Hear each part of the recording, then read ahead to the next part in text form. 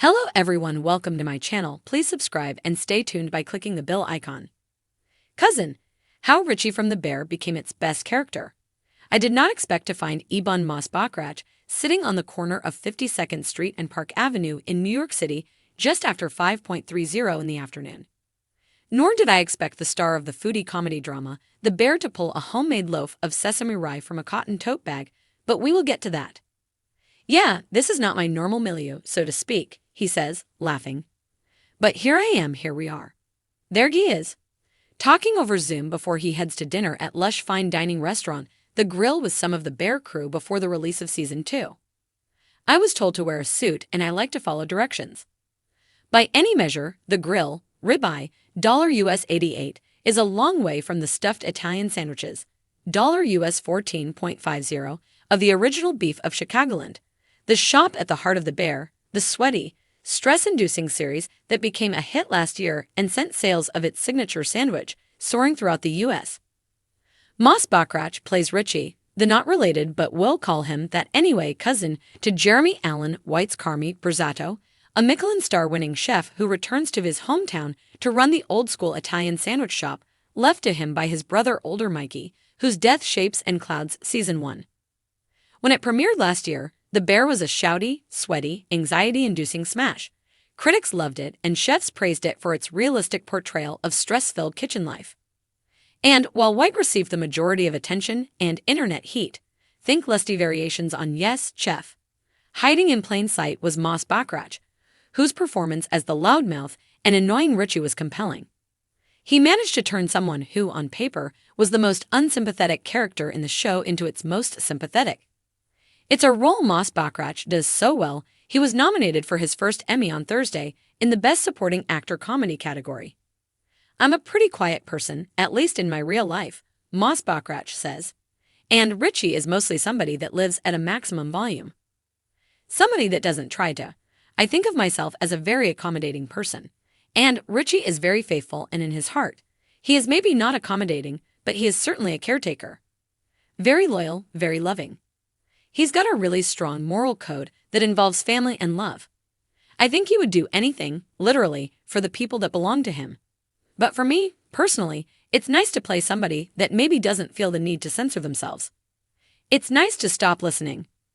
What would Richie think of Moss-Bachrach's current uptown surrounds? Probably a lot of f***ing yuppies, he says, looking around. Season 2 of The Bear picks up a week or so after the end of Season 1. The beef is closed and Carmy and his sous chef Sydney, the incredible Ayo Edebiri, have plans to turn it into a fine diner. The beef is dead, long live The Bear. They've given themselves 12 weeks to do it, but are short on cash, time, and have a building that's crumbling around them. What they do have, though, is purpose, which Richie does not. I'm 45 and I've been here a long time, you feel me? You know what the f you're doing. You love all this shit, he says to Carmy, gesturing to the restaurant. It's fun for you. I don't have that. Moss-Bachrach delivers the line with such quiet sadness that you feel deeply for him. He's still lost and grieving, Moss-Bachrach says, and railing against the injustice of time and progress. But what he does have is a sledgehammer, and in taking down the walls of the beef, Richie starts to drop his guard. Demolition is very therapeutic for him, Moss-Bachrach confirms. He challenges himself, his relationship with Carmy softens further, and he even has a go at being friendly with Sydney. Whether he likes it or not, whether any of them do, Richie is the glue that holds The Bear together. And Richie, like all good underdogs, gets his redemption arc. People come up to me and they express a lot of sympathy for him and love for him, Moss-Bachrach says. I mean, he's a frustrating character for sure, but I also think he's deeply sympathetic in a really understandable way. His circumstances are so dire. He's lost so much. He's lost his family and his best friend. He's in freefall. He's a very sympathetic character. I don't think everything he does is justified. He uses a big scary voice. He doesn't like Sydney. He does things that are 100% not okay. But I think he is really well-meaning. Hello, everyone. He's really welcome to my channel. Please subscribe and stay tuned by clicking the bell icon. And that's what makes Season 2 such a delight. Where the first season was claustrophobic, part II, as it's called in the credits, is more open and lighter on its feet. The light is different, the music is different, Although I dare you not to tear up when Rand's Strange Currencies starts playing episode 3. We see everyone's lives grow outside the restaurant. It's a bold move for a show that was so attached to its location, but it never feels forced. If anything, it'll make you hungry, especially when Sydney spends a day sampling Chicago's food scene, including Michelin-starred bakery Kasama. What we don't see much of, though, is the sandwich that gave the beef its name in Season 1. It's famous in the U.S., generally served with thin slices of roast beef and a dollop of giardiniera, an Italian relish with a dipping sauce on the side. They're not too common here. In Melbourne, you can find something similar at Stefanino Panino in Brunswick, and in Sydney, give Harvey's in Parramatta a crack. But to me, any sandwich that requires dipping is just plain weird. Yeah, it's weird to me too, he says. And I would say the most distinctive quality of the sandwich is not necessarily the taste, but the consistency. There's a sort of race against time where you have to dip the roll and the meat in this, Jess, and it's literally falling apart from the time you get it. You really have to beat the clock. My brother was visiting me in Chicago, and we shared a beef sandwich, and he really loved it and wanted to take another one on a plane, and I was like, that's not physically feasible. Time is really working against you. They're a bit like a French dip sandwich. Do you have those in Australia? Not that I know of. We're more of a squirt sauce on the bun kind of people.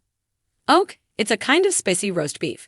You can get them with sweet peppers, he continues. Everyone has their own. Chicago is a crazy place. You can get a beef sandwich with a sausage inside, with the shredded beef, just to get a glimpse into the maniacal carnivore culture they have here. The Bear was part of a golden run Moss Bachrach had last year, along with roles in the Star Wars spin-off and as a journalist in the Elizabeth Holmes drama The Dropout.